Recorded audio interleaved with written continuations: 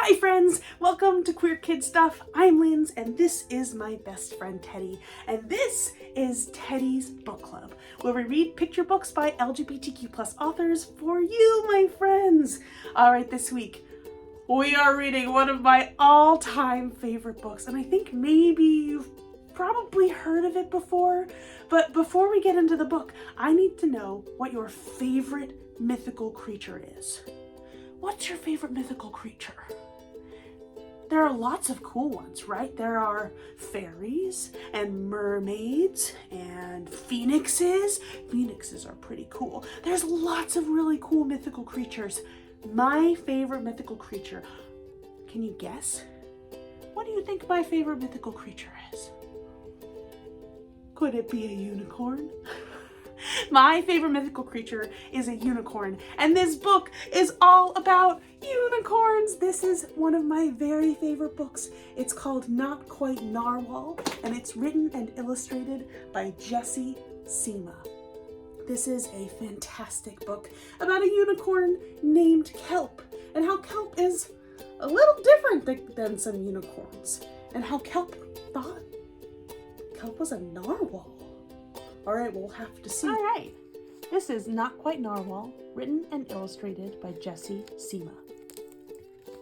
Let's meet my friend Kelp. For Harry and Mary Ellen, who always brought rainbows into my life. Oh, I've got an oyster there. Kelp was born deep in the ocean.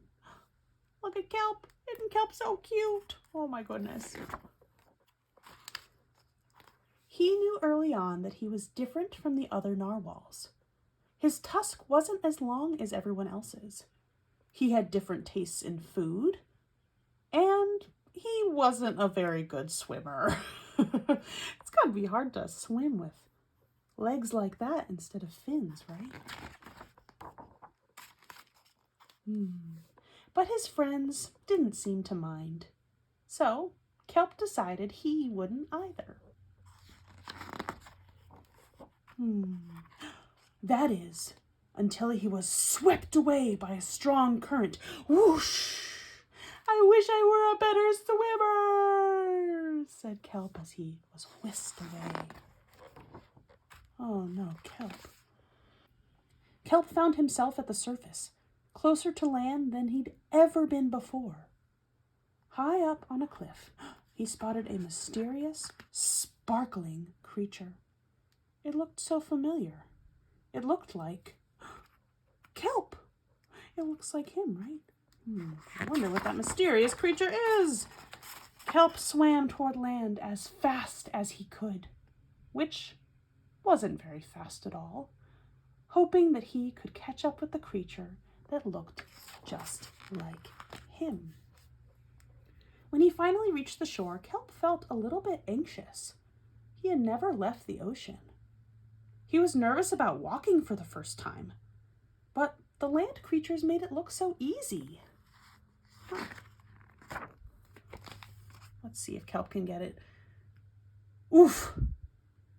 That first try didn't work out so well. It wasn't, ow!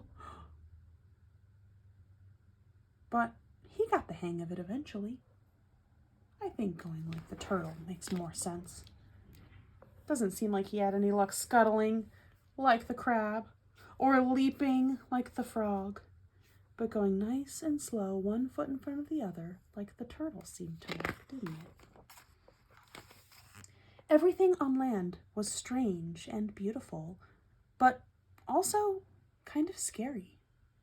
Kelp began to think he might never find the creature that looked just like him. But as he stumbled out of the forest, land narwhals! Oh my goodness, look at all of them. Oh, actually, we're unicorns. And by the looks of it, so are you.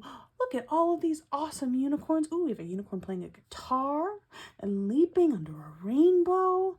Oh my goodness, look at all these cool unicorns. Kelp had never heard of unicorns before. They taught him all sorts of new things about his tusk. We call them horns. Wow! Oh my gosh, look at the rainbows coming out of their horns. They introduced him to unicorn delicacies, like the unicone. and they showed him how to gallop. There was no doubt that Kelp was, in fact, a unicorn. He was having so much fun that he didn't want to leave. But then he remembered all of his friends under the sea. Kelp missed them terribly. So he said goodbye to the unicorns. "Bye," said Kelp, and returned to the ocean. "Come back soon, Kelp," said the unicorns. I think he probably will. But let's go see his friends again. Kelp swam toward home as fast as he could, which wasn't very fast at all, hoping that the narwhals would still like him now that he was a unicorn. When he finally arrived, Kelp had butterflies in his stomach. "Kelp, welcome home!" Oh, what a warm greeting from his narwhal friends. They didn't forget him at all. Kelp took a deep breath and told his friends the news. "It turns out I'm not a narwhal." "Well, of course you aren't." "I'm a unicorn." "We all knew that." They took it quite well.